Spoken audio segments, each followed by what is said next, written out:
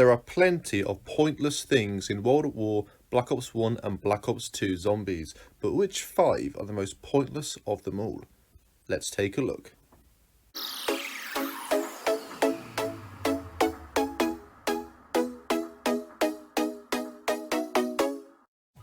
Hi guys, and welcome back to a brand new video, and today we're going to be counting down the top 5 most pointless things in World at War, Black Ops 1 and Black Ops 2 Zombies. Now this list covers everything from weapons to equipment, or just general aspects or features in the game which I believe are just absolutely pointless. So with that clarified, let's move on to the list. And coming in at the number 5 spot, we have the Bowie knife from Buried, Die Rise and Nuketown Zombies. So let me explain what I mean. So the Bowie knife is actually a decent weapon. I have no problem with the Bowie knife, but the Bowie knife on Buried, Die Rise and Nuketown is essentially futile. It's pointless because you have the Galvanicles on the same map. And the Galvanicles are, undoubtedly the more superior melee weapon. They're one hit kill and up until round 13, then once it hits round 14 they become 2 hits, but the Bowie knife is only 1 hit kill until round 10 I believe, and then once it hits round 11 the Bowie knife becomes 2 hit kill. So why would you buy the Bowie knife for 3,000 points when you can just obtain an extra 3,000 more points for the Galvanicles? It doesn't really make any sense to buy the Bowie knife, and especially on Die Rise and Buried, you can just extract money from the bank. You can just get out as much money as you need to get the 6,000 points to get the Galvanicles. I don't see why anybody would choose to buy the Bowie knife, for 3,000 when you can just get an extra 3,000 points, which isn't a lot on zombies. Let's be honest, it doesn't take long to get 3,000 points when you can then just go ahead and buy the Galvanicles. It's just pointless. I don't really know what they were thinking, Treyarch, to be fair, when they put the Galvanicles and the Bowie knife on the same map. But I mean, on any other map where there isn't Galvanicles, so Kino de Toten 5, Dairies, is it on Call of the Dead? I'm not sure, but any other map where the Bowie knife is available, of course, buy it because it's the only melee weapon out there. But on Buried, Die Rise and Nuketown, there's just literally no point at all buying the Bowie knife because it's just the inferior melee weapon, and it's only 3,000 points more the Galvanicles. So it's just no point really buying the Bowie knife. So it comes in at the number 5 spot.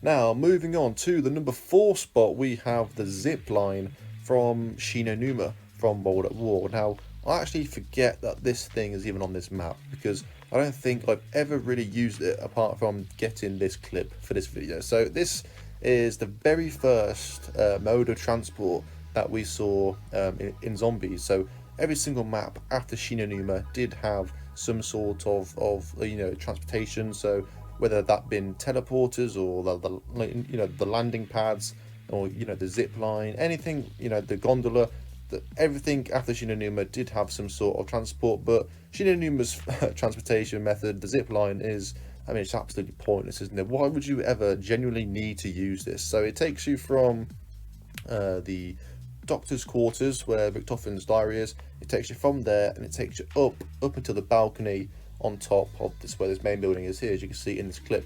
And you can also use it in the opposite direction to take you back over to the doctor's quarters. So when would you really need to use this? Look at it in this clip. It takes you, it just goes to here, just back and forth. It costs 1,500 points, which is, I think, incredibly expensive.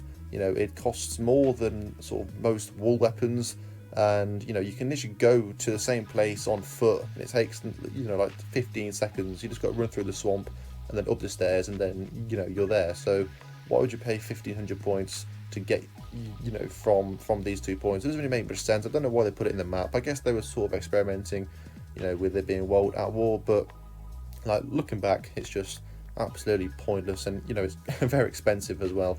1,500 points when you can invest that money on say a Thompson or even a trench gun or whatever it may be.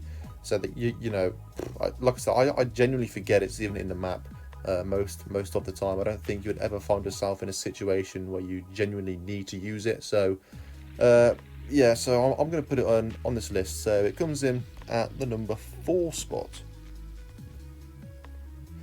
Now, moving on to the number 3 spot, we have the Molotov Cocktails from World at War. Now, I believe these are available on all 4 maps, but the Molotov Cocktails are a special grenade or equipment, whatever you want to call them, and, you know, they are essentially just, well, not useless, but they're the next thing up from useless. Incredibly, what's the word I'm looking for? Incredibly not very helpful, I should say. So you only get 4 of them, and I'm not sure if this is the case for all 4 maps, but on Action and Totem in this clip, whenever you get a max ammo, the Molotovs don't replenish for some reason.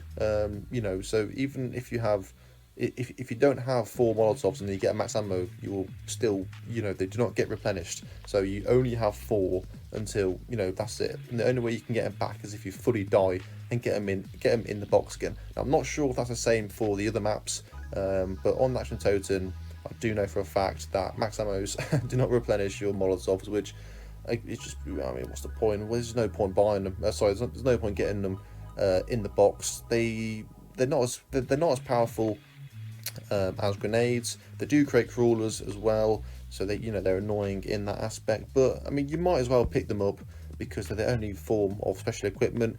Unless you're on Dairies, and of course you have monkey bombs. But if you're on Shinonuma, Viruct, or Nax and Totem, you might as well pick up these Molotovs. But I mean, I mean, every time I do get them in the box, I sort of pick them up. I throw all 4 of them, kill about 1 zombie, and then, you know, that's it. I just forget about them.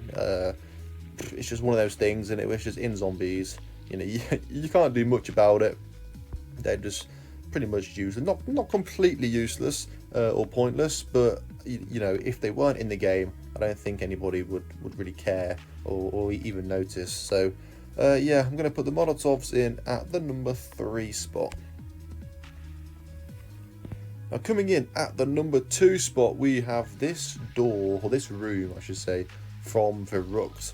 Now, this door is on the American side, so with the M1 Grand and the Springfield, it's in that side of the starting room, and the door costs 750 points, and it's just an empty room with a bar. That's all it is. That's only what's in this room. It doesn't go anywhere. There's no hidden secret or nothing like that. It's just an empty room with a bar gun on the wall. I mean, what are they doing with this map, with this section? So I can understand if there was, say, a weapon in there which was really good, you know, like maybe like an FG42 or something, you know, then yeah. But you've got a bar which costs 2,500 points, and that same weapon is available in another area of the map, which actually, you know, is useful for getting to the power. So there's another bar in the same room as the trench gun, on the top balcony bit next to where the bouncing betties are. There's a bar in that room.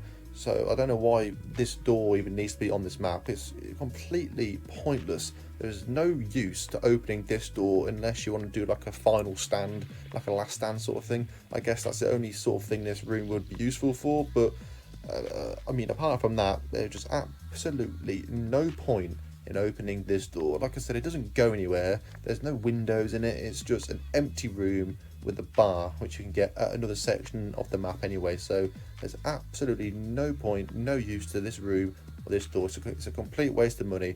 750 points. It's essentially just going down the drain, really. Yeah, like I said, it's only really sort of useful for a final stand sort of thing. Yeah, but apart from that, absolutely useless room. So it comes in at the number 2 spot. But coming in at the number 1 spot for the most pointless thing in zombies, we have Quick Revive from World at War when you're playing on solo play.